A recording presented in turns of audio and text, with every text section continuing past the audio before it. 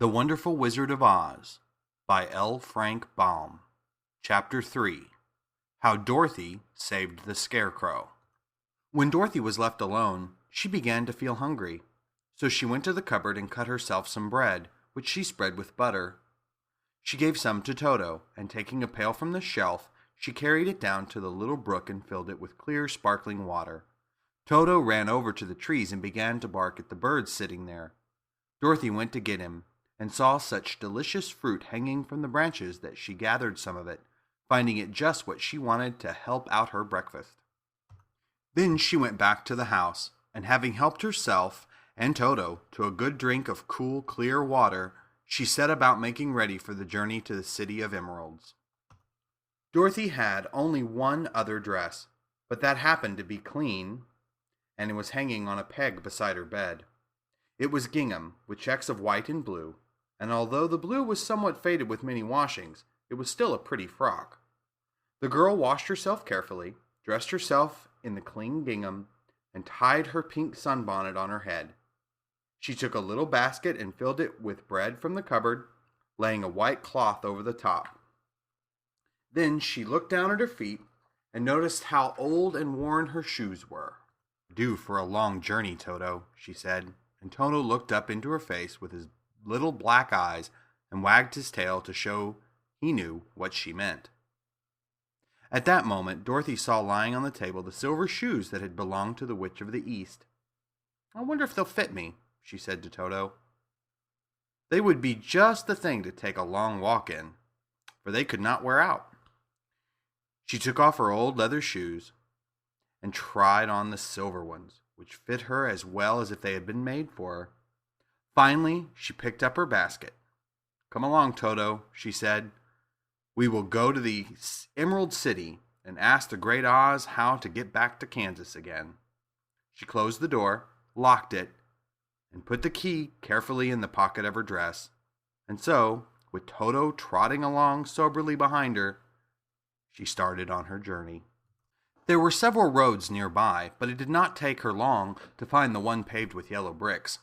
Within a short time, she was walking briskly towards the Emerald City, her silver shoes tinkling merrily on the hard, yellow roadbed. The sun shone bright and the birds sang sweetly, and Dorothy did not feel nearly so bad as you might think a little girl who had been suddenly whisked away from her own country and sat down in the midst of a strange land. She was surprised as she walked along to see how pretty the country was about her. There were neat fences at the sides of the road, painted a dainty blue color, and beyond them were fields of grain and vegetables in abundance. Evidently the Munchkins were good farmers and able to raise large crops. Once in a while she would pass a house and the people came out to look at her and bow low as she went by, for everyone knew she had been the means of destroying the wicked witch and setting them free from bondage. The houses of the Munchkins were odd-looking dwellings, for each was round with a big dome for a roof. All were painted blue, for in this country of the East, blue was the favorite color. Toward evening, when Dorothy was tired with her long walk and began to wonder where she should pass the night, she came to a house rather larger than the rest. On the green lawn before it, many men and women were dancing. 5 little fiddlers played as loudly as possible, and the people were laughing and singing, while a big table nearby was loaded with delicious fruits and nuts, pies and cakes, and many other good things to eat. People greeted Dorothy kindly and invited her to supper and to pass the night with them, for this was the home of one of the richest Munchkins in the land, and his friends were gathered with him to celebrate their freedom from the bondage of the wicked witch. Dorothy ate a hearty supper and was waited upon by the rich Munchkin himself, whose name was Bok. Then she sat upon a settee and watched the people dance. When Bok saw her silver shoes, he said, "You must be a great sorceress." "Why?" asked the girl. "Because you wear silver shoes and have killed the wicked witch. Besides, you have white in your frock, and only witches and sorceresses wear white." "My dress is blue and white checked," said Dorothy, smoothing out the wrinkles in it. "It is kind of you to wear that," said Bok. "Blue is the color of the Munchkins, and white is the witch color, so we know you are a friendly witch." Dorothy did not know what to say to this, for all the people seemed to think her a witch.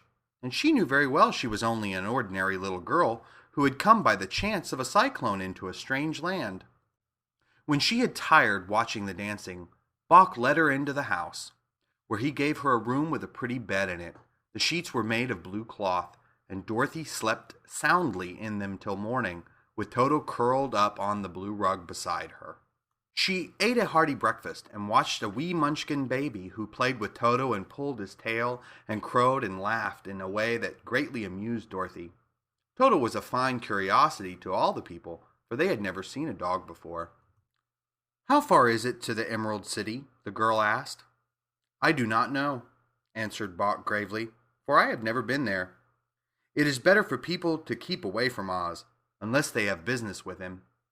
But it is a long way to the Emerald City, and it will take you many days. The country here is rich and pleasant, but you must pass through rough and dangerous places before you reach the end of your journey." This worried Dorothy a little, but she knew that only the Great Oz could help her get back to Kansas again, so she bravely resolved not to turn back. She bade her friends goodbye and again started along the road of yellow brick. When she had gone several miles, she thought she would stop to rest, and so she climbed to the top of the fence beside the road and sat down. There was a great cornfield beyond the fence, and not far away she saw a scarecrow placed high on a pole to keep the birds from the ripe corn. Dorothy leaned her chin upon her hand and gazed thoughtfully at the scarecrow. Its head was a small sack stuffed with straw, with eyes, nose, and mouth painted on it to represent a face. An old pointed blue hat that had belonged to some munchkin was perched on his head, and the rest of the figure was a blue suit of clothes, worn and faded, which had also been stuffed with straw. On the feet were some old boots with blue tops, such as every man wore in this country, and the figure was raised above the stalks of corn by means of the pole stuck up its back. While Dorothy was looking earnestly into the queer painted face of the scarecrow, she was surprised to see one of the eyes slowly wink at her. She thought she must have been mistaken at first, for none of the scarecrows in Kansas ever winked, but presently the figure nodded its head to her in a friendly way. Then she climbed down from the fence and walked up to it, while Toto ran around the pole and barked. "Good day," said the scarecrow in a rather husky voice. "Did you speak?" asked the girl in wonder. "Certainly," answered the scarecrow. "How do you do?" "I'm pretty well, thank you," replied Dorothy politely. "How do you do?" "I'm not feeling well," said the scarecrow with a smile, "for it is very tedious being perched up here night and day to scare away crows." "Can't you get down?" asked Dorothy. "No, for this pole is stuck up my back. If you will please take away the pole, I shall be greatly obliged to you." Dorothy reached up both arms and lifted the figure off the pole, for, being stuffed with straw, it was quite light. "Thank you very much," said the scarecrow when he had been set down on the ground. "I feel like a new man." Dorothy was puzzled at this, for it sounded queer to hear a stuffed man speak, and to see him bow and walk along beside her. "Who are you?" asked the scarecrow when he had stretched himself and yawned. "And where are you going?" "My name is Dorothy," said the girl, "and I am going to the Emerald City to ask the Great Oz to send me back to Kansas." "Where is the Emerald City?" he inquired, "and who is Oz?" "Why, don't you know?" she returned in surprise. "No, indeed, I don't know anything. You see, I am stuffed, so I have no brains at all," he answered sadly. "Oh," said Dorothy, "I'm awfully sorry for you." "Do you think," he asked, "if I go to the Emerald City with you, that Oz could give me some brains?" "I cannot tell," she returned. "But you may come with me if you like. If the Oz will not give you any brains, you will be no worse off than you are now." "That is true," said the scarecrow. "You see," he continued confidently, "I don't mind my legs and arms and body being stuffed, because I cannot get hurt. If anyone treads on my toes or sticks a pin into me, it doesn't matter, for I can't feel it. But I do not want people to call me a fool, and if my head stays stuffed with straw instead of with brains, as yours is, how am I ever to know anything?" "I understand how you feel," said the little girl, who was truly sorry for him. If you will come with me, I'll ask Oz to do all he can for you." "Thank you," he answered gratefully. They walked back to the road. Dorothy helped him over the fence, and they started along the path of yellow brick for the Emerald City. Toto did not like this addition to the party at first. He smelled around the stuffed man as if he suspected there might be a nest of rats in the straw, and he often growled in an unfriendly way at the Scarecrow. "Don't mind Toto," said Dorothy to her new friend. "He never bites." "Oh, I'm not afraid," replied the Scarecrow. "He can't hurt the straw. Do let me carry that basket for you. I shall not mind it, for I can't get tired. I'll tell you a secret," he continued as he walked along. "There is only one thing in the world I am afraid of." "What is that?" asked Dorothy. "The Munchkin's farmer who made you?" "No," answered the Scarecrow. "It's a lighted match." End of chapter 3.